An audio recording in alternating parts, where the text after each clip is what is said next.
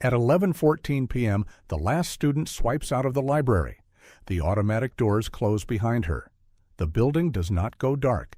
It shifts, quietly, deliberately, into a different mode. One that most students will never witness. A university campus looks simple from the outside. Lecture halls, dormitories, green lawns. But beneath that surface runs a second campus, a parallel operation that begins precisely when the first one ends. The facilities management team arrives at midnight. Not one crew, several, electricians, custodial supervisors, HVAC technicians, each one assigned to a zone, each zone with its own checklist. The campus security office runs 24 hours. But the night shift operates differently. Fewer people on campus means fewer variables and far more visibility on the cameras. At 12:30 a.m., the custodial crew enters the main lecture building. They move in sequence, top floor first, then down. This is not random, it is choreography. Each classroom gets wiped down, restocked, checked, the whiteboards cleared, the projector cables tucked, the chairs return to their rows. A reset, invisible by morning. The university's HVAC system never truly stops, but at night it reconfigures. Temperature set points drop in empty classrooms. Ventilation cycles shift to maintenance mode. The building breathes differently after hours. The campus dining hall closes at 10 p.m., but the kitchen crew arrives at 5:30 a.m. Between those hours, preparation, deliveries, inventory, temperature checks on every cold unit. At 1 a.m., a delivery truck reverses into the loading dock at the back of the science building. This is not unusual. 11 deliveries are scheduled between midnight and 5 a.m. Campus policy keeps the main roads clear for pedestrians. Inside the dormitories, the night is never completely still. An RA, a residential advisor, patrols the floors on a rotating schedule. It is not enforcement. It is presence. The quiet assurance that someone is awake. The campus medical center operates through the night. A skeletal crew, one physician, 2 nurses, 1 front desk coordinator. They see more than most people expect. Allergic reactions, anxiety episodes, the occasional injury. Late-night medicine is quiet, until it isn't. The head nurse has worked the campus night shift for 11 years. She does not describe the work as exciting. She describes it as necessary. Someone has to be here, she says.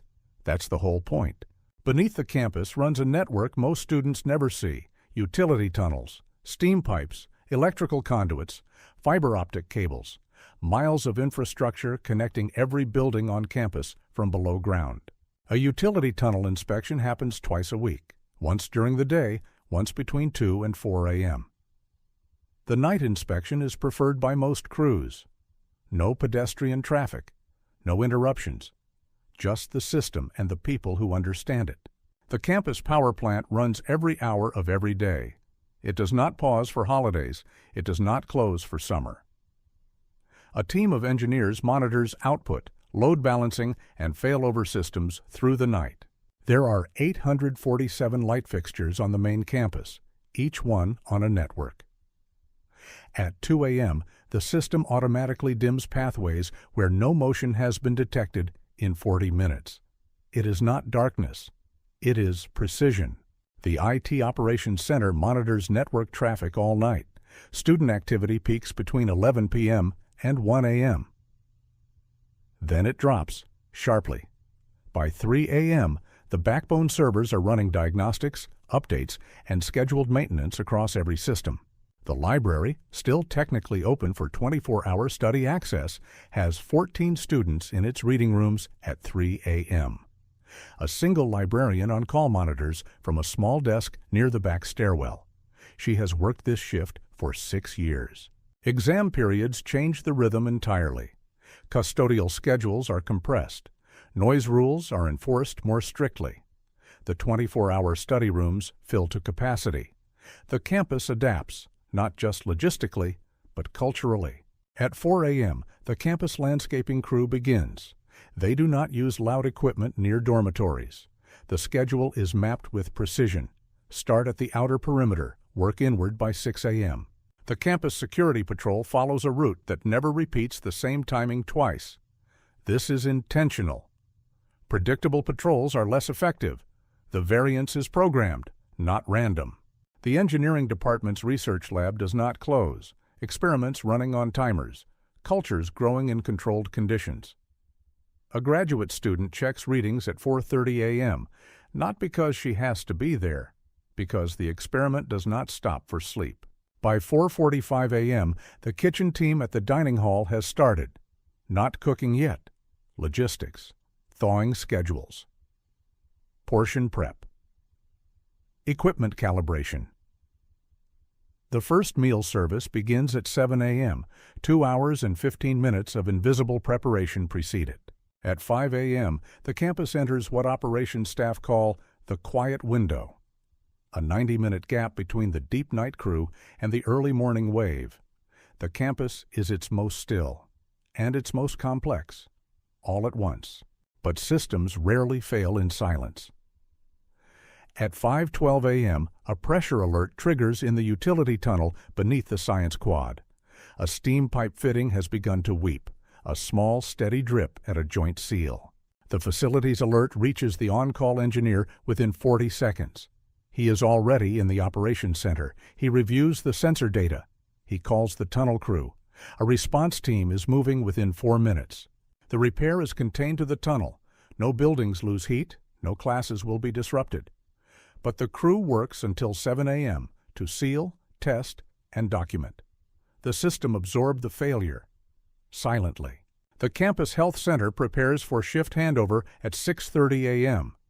Notes are passed, patient logs updated, medications logged. The incoming day team receives a briefing that lasts exactly 12 minutes. Precision in transition prevents errors. At 6:45 a.m., the custodial supervisor does a final sweep. Not cleaning, inspecting. She walks every common area. If anything was missed overnight, it is corrected now, before the first student arrives. The overnight IT updates finish deploying at 6:50 a.m. Every student portal, learning management system, email server, and course database has been backed up, patched, and verified.